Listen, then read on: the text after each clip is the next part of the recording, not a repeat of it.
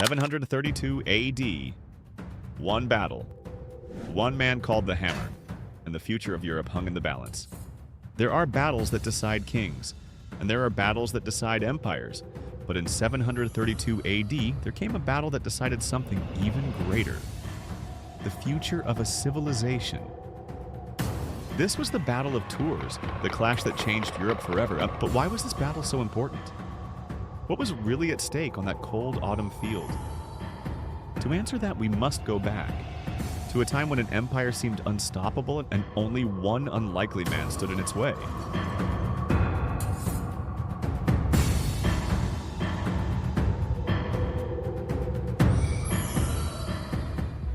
The early 8th century was an age of unstoppable momentum for the Umayyad Caliphate.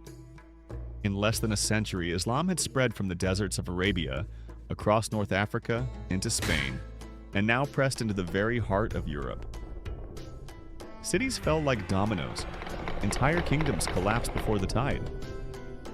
To many, it seemed inevitable the crescent would soon overshadow the cross. By 711, Muslim armies had crossed the Strait of Gibraltar and swept through Spain with breathtaking speed. The Visigothic kingdom was gone. For Europeans watching this storm move closer, the question was chilling: who would be next? North of the Pyrenees lay the lands of the Franks. Not yet France, not yet Germany. Just tribes and feuding lords. And among them rose an unlikely figure: Charles Martel, illegitimate son of a Frankish nobleman, born out of wedlock, despised by rivals. But Charles had something they didn't: ruthless cunning, political skill, and battlefield genius. He was called Martel, the Hammer, not because of noble blood, but because when he struck, nothing could withstand him. But now he faced his greatest test, because word soon came that the storm had crossed the mountains. A massive Umayyad force under Abdul Rahman al-Ghafiqi was sweeping through southern France. They captured Bordeaux. They ravaged Aquitaine. Monasteries were looted, villages burned, and nobles slaughtered. Panic spread. Some wondered if God himself had abandoned Christendom. But Charles did not panic. He rallied warriors, veterans hardened in tribal war, peasants pressed into service, and nobles who believed in his cause. Still, he could not match Abdul Rahman's numbers. So how could one illegitimate warlord stand against an empire? By autumn, Charles had gathered his men near Tours, a city that symbolized Christian learning and faith. He chose his ground carefully. Unlike Abdul Rahman, Charles understood cavalry: fast, mobile, devastating, but vulnerable on rough terrain. So he placed his men on a wooded hilltop. The Muslim horsemen would find no easy charge. His infantry locked their shields, spears angled forward, and they waited. The fate of Europe was about to be decided, but not yet.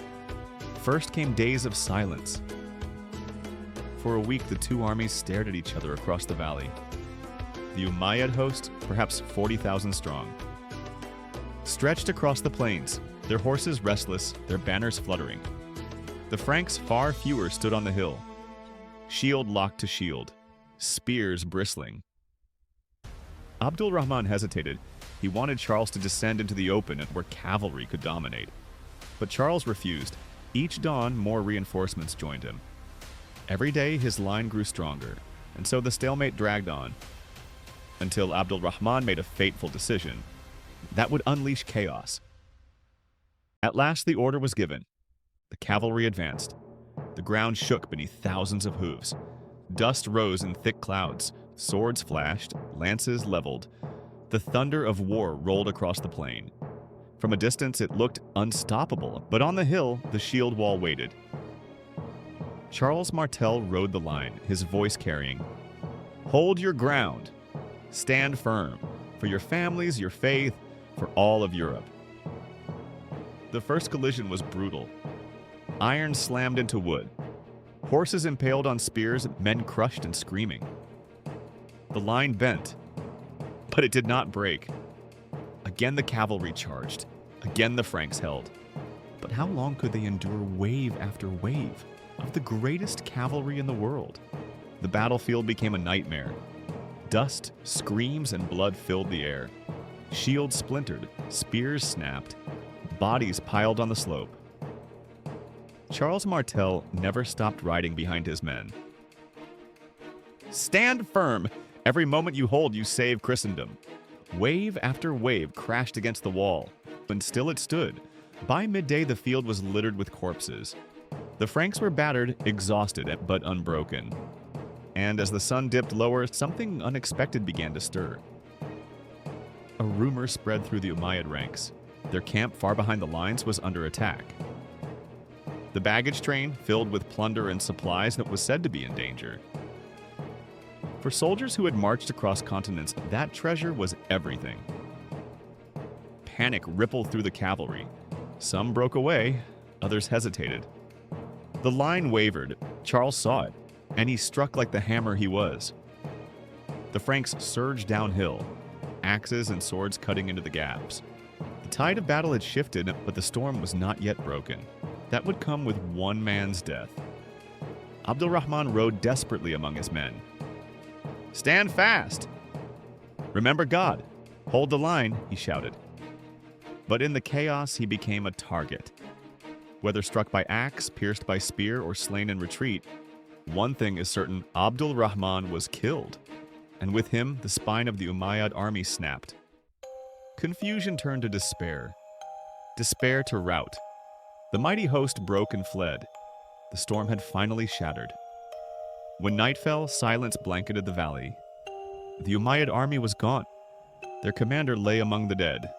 The Franks had survived. More than that, they had triumphed. But this was more than a battlefield victory. This was a moment that would echo for centuries. Why was the Battle of Tours so important? Because it marked the high watermark of Muslim expansion in Western Europe. After Tours, the Umayyads never pushed this far north again. Charles Martel's victory cemented his power, paving the way for the Carolingian dynasty. From his line would come Charlemagne, who would reshape medieval Europe itself. Historians still debate the scale of the threat. Did the Umayyads truly aim to conquer Europe, or were they only seeking plunder? But to the men who fought and bled at Tours, there was no question. They believed they had saved Christendom itself. And so the battle became legend. The clash where a hammer struck down the crescent and preserved the cross. Looking back, it was more than the fate of two armies. It was the collision of worlds, of faiths, of destinies. And on that autumn day in 732, the small army of Franks, led by a man called the Hammer, stood against the storm and turned it aside.